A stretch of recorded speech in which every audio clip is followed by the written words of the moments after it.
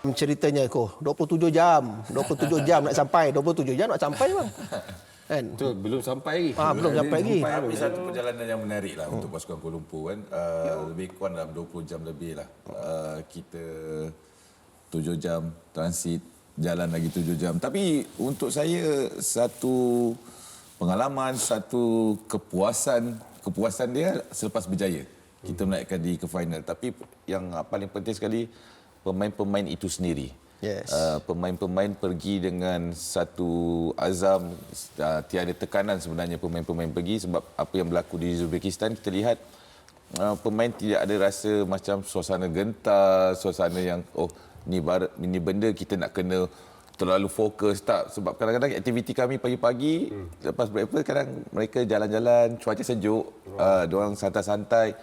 Jadi bila game training, arahan daripada coach memainkan peranan yang amat baik sekali dan mereka merealisasikan dalam games dan kita berjaya sebenarnya.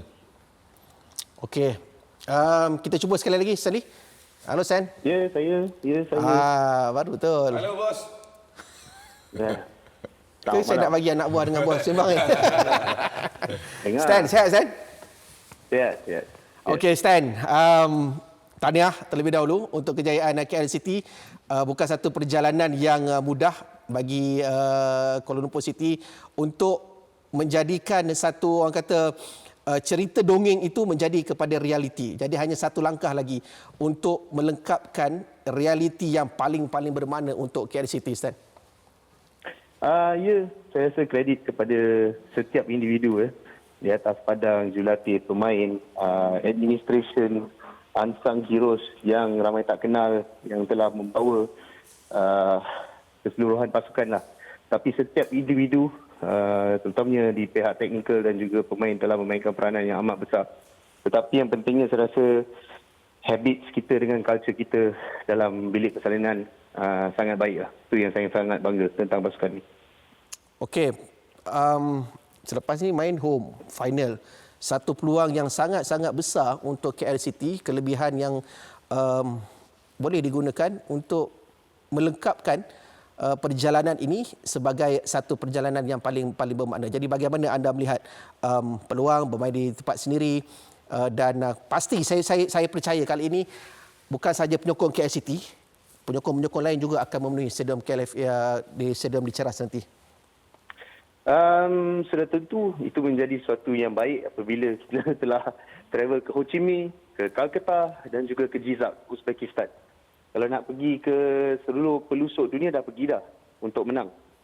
Dan apabila kembali sudah tentu itu memberikan sedikit nafas lega apabila tak perlu travel lagi 28-29 jam. Tetapi saya merasakan approach kita tidak ada perbezaan daripada perlawanan pertama semasa 2021 Januari sehingga ke Piala Malaysia Final 2021 dan tidak ada perbezaan untuk 2022. Kita tidak pernah meletakkan pressure atau tekanan terhadap pasukan. Kerana kita percaya setiap individu dalam bilik persalinan ini mempunyai profesionalisme yang sangat tinggi untuk mencatatkan sejarah dan karier mereka sendiri. So dengan penghormatan terhadap profesionalisme setiap individu, jurulatih, pemain, technical coaches, saya merasakan mereka sendiri mengetahui motivasi mereka untuk perlawanan ini. So dari pihak manajemen kami amat bangga dengan apa yang telah dikecapi dalam 2 tahun ini.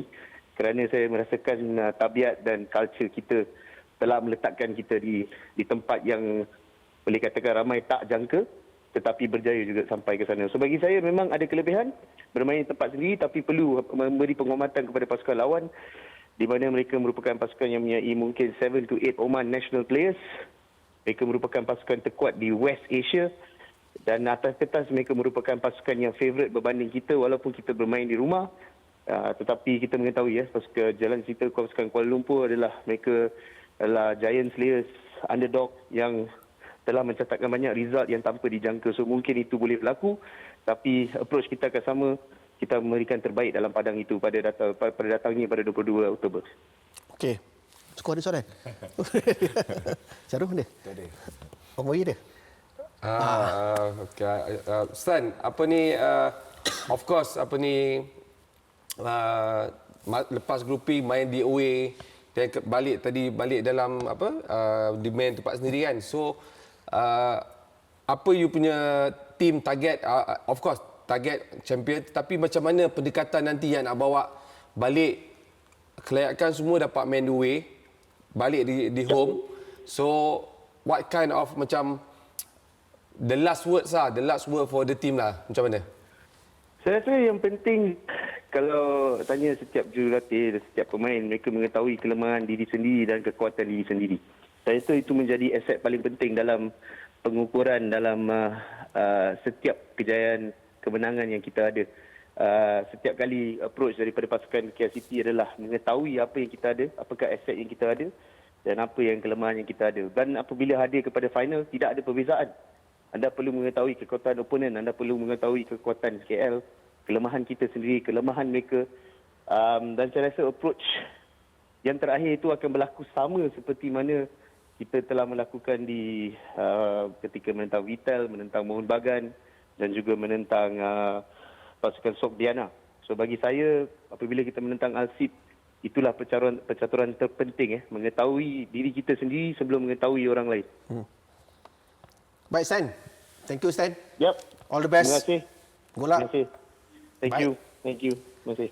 Okey, itu dia Sandy Bernard, CEO untuk KL City, dan kita memperkatakan tentang bagaimana perjalanan juga kejayaan KL City. Syarul Kalam, apa yang anda lihat, apa yang awak saksikan ramuan KL City sehingga berjaya ke final? Saya apa yang dikatakan oleh CEO KL City tu, dia mengatakan tentang culture kat dalam dressing room, hubungan dua hala di antara management dan juga pemain dan juga coach. Itu sebenarnya yang boleh buatkan kata bila kita bekerja sebagai satu keluarga, kita akan dapat result at the end of the day. Itu yang saya nampak untuk pasukan KL City. Bang Bojan Rodak, faktor Bang Mawi?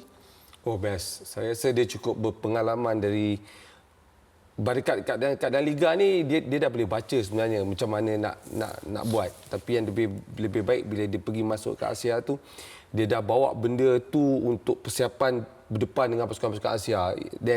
Dan saya tertarik lepas KL jadi champion Piala Malaysia tu, this is different team yang saya tengok approach pemain dengan tactical, dengan perlawanan game.